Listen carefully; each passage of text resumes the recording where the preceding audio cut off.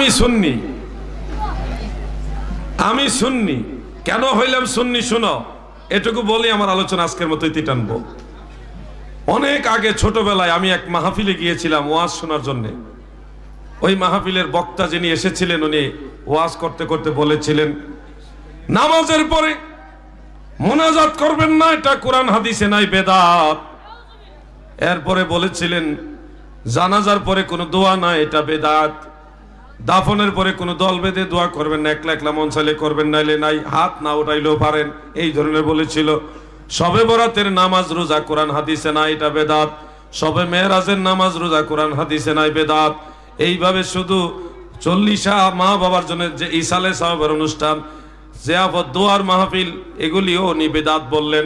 একেবারে নফল নামাজের পরে, নফল নামাজই তো তারা পড়ে না, দোয়া তো নাই। মিলাদ শরীফ বেদাত বললেন, মিলাদের পরে দোয়া তো নাই। কোরআন খতম করা যে খাতমে কোরআনের অনুষ্ঠান, এটা বেদাত বললেন।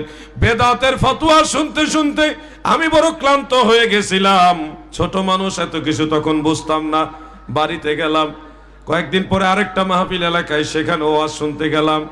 ওই দিন যেই বক্তা এসেছিল, যেই হুজুর এসেছিল, তিনি ওয়াজ করেছেন আপনারা 5 ওয়াক্ত নামাজ পড়বেন, ফরজ নামাজ শেষ হলে আল্লাহর দরবারে 2টা হাত বাড়ায় দোয়া করবেন, নফল নামাজগুলি ছাড়বেন না, নফল নামাজের পরে আবার দোয়া করবেন, ফাতিহা শরীফ পরে দোয়া করবেন, মিলাদ শরীফ পরে দোয়া করবেন, কোরআন খতম করে দোয়া করবেন, নামাজের ফরজ এবং জানাজা 2টার পরে দোয়া করবেন, জানাজার পরে দোয়া করবেন, কাতার ভেঙ্গে দাফনের পরে আপনারা সবাই মৃত ব্যক্তির জন্য দোয়া করবেন, মা বাবার কবর জিয়ারত করে মা বাবার জন্য দোয়া করবেন, শবে বরাতে রোজা রাখবেন, নফল বন্দেগী করে বারবার ইস্তেগফার করবেন, দোয়া করবেন, শবে মেরাজ উপলক্ষে রোজা রাখবেন, নফল বন্দেগী করবেন, দোয়া করবেন।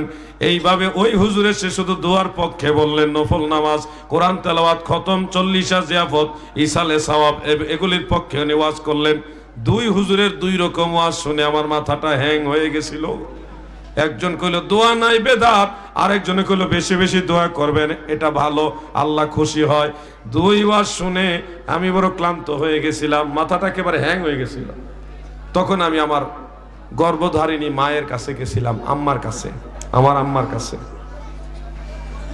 আমাদের আঞ্চলিক ভাষায় মা তার নিজের ছেলেকে পুত বলে, ফুত। আপনারা কি বলেন? ফুতই কয়। আমি আম্মাকে গিয়ে বললাম, আম্মা কিরে ফুত, আচ্ছা আম্মা, আমি যদি তোমার জন্য দোয়া করি এতে তুমি খুশি, আর যদি দোয়া না করি তুমি কি কষ্ট পাইবা?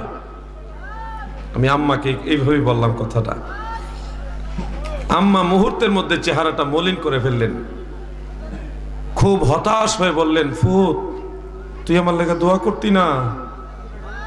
গ্রামের মানুষ তো, সহজ সরল মানুষ। আমি বলছি, আম্মা আমি যদি তোমার জন্য দোয়া না করি তুমি কি কষ্ট পাইবা? মুহূর্তের মধ্যে আম্মার মনটা বেজার হয়ে গেল, চেহারাটা মলিন করে বলছে, ফুত তুই আমার লেগে দোয়া করতি না? তখন আমার কাছে এত কষ্ট লাগছে, মনে হয়েছিল যে আম্মাকে অনেক কষ্ট দিছি, অনেক বড় কষ্ট দিয়ে ফেলেছি। আমি বলছিলাম, আম্মা অবশ্যই আমি দোয়া করব। আমি একটা বিষয়ে ডিসিশন নিতে পারছিলাম না, আমি কি করব। আমি 2 জন হুজুরের ওয়াজ শুনছি, একজন বলছে দোয়া নাই, নামাজের পরে নাই, জানাজার পরে নাই, দাফনের পরে দোয়া, এগুলি অনুৎসাহিত করছে। 4 দিন, 10 দিনে, 40 দিনে দোয়ার মাহফিল, ইসালে সবে বরাত, সব দোয়া অনীহা প্রকাশ করেছেন। আরেকজন হুজুর বলছে দোয়া করার জন্য। আমি তোমাকে জিজ্ঞাসা করেছি আমি কি করব এটা বোঝার জন্য। যেহেতু দোয়া করলে আমার মা খুশি হয়, সেহেতু আমার বিশ্বাস আল্লাহ তাআলাও দোয়া করলে খুশি হবে। ওই আমি সুন্নি হই, সুন্নি লাইনে আমি ঢুকি। ওই থেকে যেই হুজুরটা দোয়ার বিরুদ্ধে কইছে, তখন থেকে আমি আইডিয়া করছি হুজুরটা ভালো না। আর যেই হুজুর দোয়ার পক্ষে, সেদিন থেকে আমি ডিসিশন নিয়েছি যে আলেমরা দোয়ার পক্ষে, আমি সেই সুন্নি জামাতের আলেমদের সাথে সারা জীবন থাকবো। আমি হবিগঞ্জের বাহুবলের যুবক ভাইদেরকে বলবো, যুবক ভাইয়েরা গো, তুমিও বাড়িতে যাও, যায় তোমার মাকে ডাক দিয়ে জিজ্ঞাসা করো, মা গো মা, ওয়াহাবিদের সাথে থাকলে তারা দোয়া করতে চায় না, নামাজের পরে দোয়া তারা মানে না, জানাজার পরে দোয়া মানে না, মিলাদি মানে না, দোয়া করবো কোন সময়? কবর জিয়ারতের বিরুদ্ধে তারা কবর পূজারি ফতোয়া দেয়, আর সুন্নিরা কবর জিয়ারত করে। ওয়াহাবিরা দোয়া মানে না, দোয়া করতে চায় না, অনুৎসাহিত করে।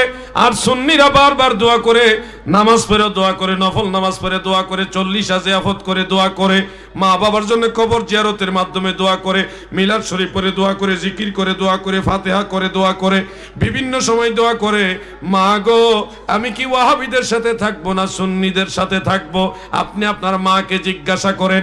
নিঃসন্দেহে আমি বিশ্বাস করি প্রতিটা মা, প্রতিটা বাবা সন্তানের কাছ থেকে দোয়া চায়। আপনারা যারা আছেন বলেন তো, আপনারা দোয়া চান কিনা? আওয়াজ দিয়ে বলেন, দোয়া চান কিনা? তাহলে আজকে স্নানঘাট লতিফিয়া দরবার শরীফ থেকে সিদ্ধান্ত নেন যে যেই দলের সাথে থাকলে আমি দোয়া পাবো, আমার মা বাবা দোয়া পাবে, সমস্ত মুমিন মুসলমানরা বারবার দোয়া পাবে, সেই সুন্নি জামাতের সাথে থাকবেন। যেই ওয়াহাবিরা সারা বছর পরের বাড়ি খায়, জানাজার পরে দোয়া করতে চায় না, আবার ফতোয়াবাজি করে খাইলে দোয়া করা যায় না। উত্তরবঙ্গে এই মাসালা বের করছে। রাজবাড়ী মাহফিলে গেছিলাম, বালিয়াকান্দি উপজেলায়, ওখানে কাগজ দিছে আমাকে মাহফিলের শেষের দিকে, যে আমাদের এলাকায় আলেমরা সবাই ফতোয়া দিছে যে কেউ যদি দাওয়াত খাবার আয়োজন করে তাহলে খাইলে দোয়া করা যাবে না, খাইলে দোয়া করা হারাম। খাইলে দোয়া করা যাবে না, খাইতে পারবে কিন্তু দোয়া করতে পারবে না, খাইলে দোয়া করা হারাম।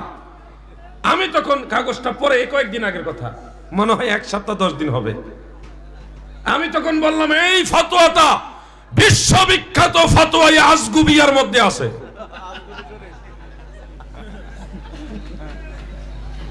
ফতোয়া আজগুবিয়া শরীফ, ওটার মধ্যে আছে আজগুবি মোল্লা। সেদিন আমি জালালি হয়ে বলেছিলাম, গ্রেটার রাজবাড়িতে কোন বাপের বেটা থাকলে আসো, আমি দেখাবো নামাজের পরে দোয়া আছে, জানাজার পরে দোয়া আছে, খাইলেও দোয়া আছে, না খাইলে দোয়া করবেন না, আর যেগুলো খাইয়া দোয়া করেন দাওয়াতই দিবেন না। খাইয়া পেটের ভুঁড়ি মোটা করবে, দোয়া করবে না।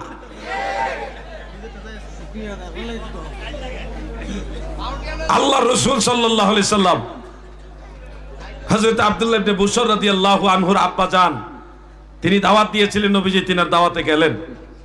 আবু দাউদ শরীফের মধ্যে হাদিসটা আছে। ওনার সাধ্য মোতাবেক ভালো ভালো খাবার নবীজির সামনে পরিবেশন করলেন, নবীজি কিছু খাবার গ্রহণ করলেন, সাহাবীরাও খাইলেন। এক পর্যায়ে নবীজি চলে যাওয়ার জন্য দাঁড়ালেন। আব্দুল্লাহ ইবনে বুশর রাদিয়াল্লাহু আনহুর আব্বা জান নবীজিকে বললেন, ইয়া রাসূলুল্লাহ, আমাদের জন্য দোয়া করেন।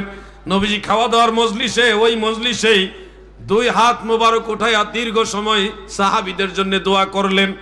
এই হাদিস থেকে বোঝা যায় খাইলে দোয়া করা সুন্নতে রাসূল, আর খাইলে দোয়া করা যাবে না, এটা হলো ফতোয়া আজগবিয়া। এটা কি? আজগবি শরীফ। এগুলিও আবার বড় বড় হুজুর সাজে, ঘুমটা মৌলবি, বাহির মে ফিটফাট, ভিতর মে সদরঘাট, নজদির দালাল। আপনারা কি নবীর দুশমনের সাথে আছেন? ইমাম হুসাইনের সাথে আমরা আছি, ঠিক না? ঠিক। সুন্নি জামাতের সাথে আছি, থাকবো। বাঁচতে হলে নবীর পক্ষে বাঁচবো, মরতে হলে সিংহের মতো নবীর পক্ষেই মরবো।